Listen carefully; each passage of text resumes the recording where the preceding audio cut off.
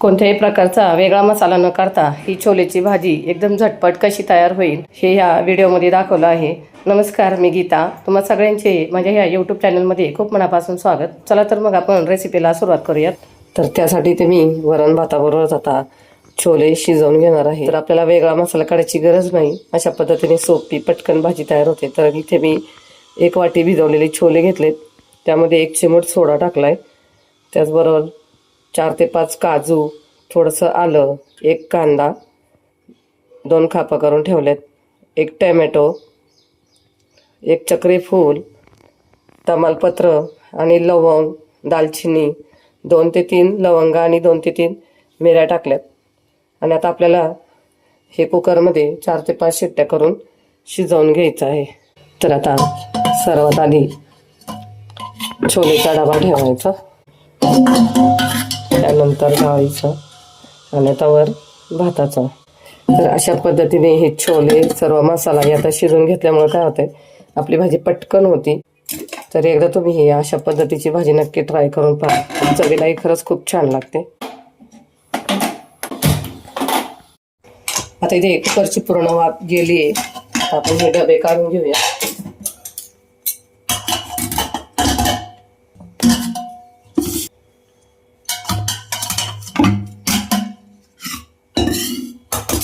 आता आपण यामधले सगळे एक एक मसाले हे बाहेर काढून घ्यायचे.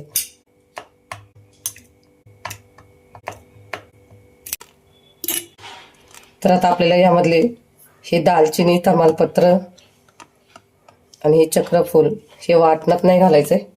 आता हे सर्व जिन्नस मिक्सरच्या भांड्यात टाकायचे.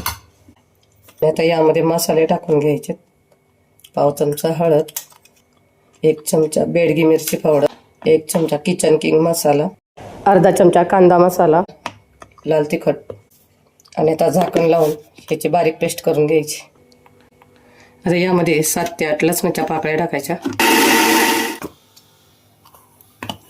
तर पहा, मस्त अशी ही बारीक पेस्ट करून झाली. आता आपण फोडणी देऊया. आता कढईमध्ये आपल्याला 1 चमचा तेल टाकायचंय. तेल गरम झालं की त्यामध्ये जिरे मोहरी टाकायची. आता इथे जिरे मोहरी छान अशी तडतडली, त्यामध्ये पाव चमचा हिंग टाकायचंय. हिंग टाकून झालं की आपल्याला हा सगळा मसाला यामध्ये टाकून घ्यायचा.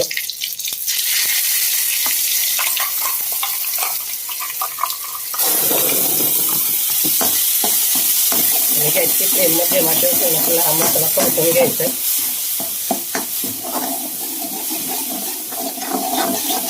इथे मसालाही छान असा परतलेला आहे. आता यामध्ये हे उकडलेले छोले टाकायचे आणि आता हे मिक्स करून घ्यायचे. मस्त अशी भाजी छान तयार झाली आहे.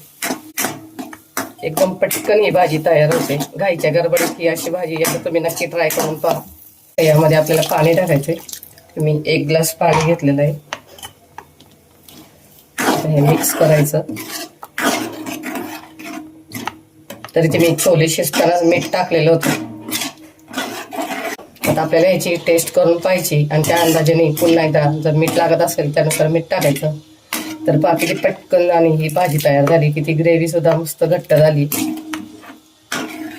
तर मैत्रिणींनो, तुम्हाला ही पद्धत कशी वाटली कमेंट करून नक्कीच सांगा आणि तुम्ही सुद्धा ही रेसिपी नक्की ट्राय करा. आता इथे आपल्या भाजीला उकळी आली की नंतर गॅस बंद करायचा. आता इथे भाजीला उकळी आली आहे. आता भाजी टेस्ट करून पाहिल्यानंतर इथं थोडं आळणी वाटते, मी थोडंसं आता मीठ टाकते.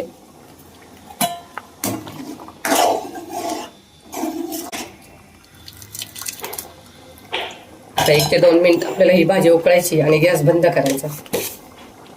तरी ती भाजी छान अशी उकळली. आता गॅस बंद करूया. तरी ते अशा पद्धतीने आपली ही घाई गडबडीतली झटपट तयार होणारी छोलेची भाजी तयार आहे. चला तर मग पुन्हा भेटूया अशाच एका सोप्या रेसिपी सोबत. धन्यवाद.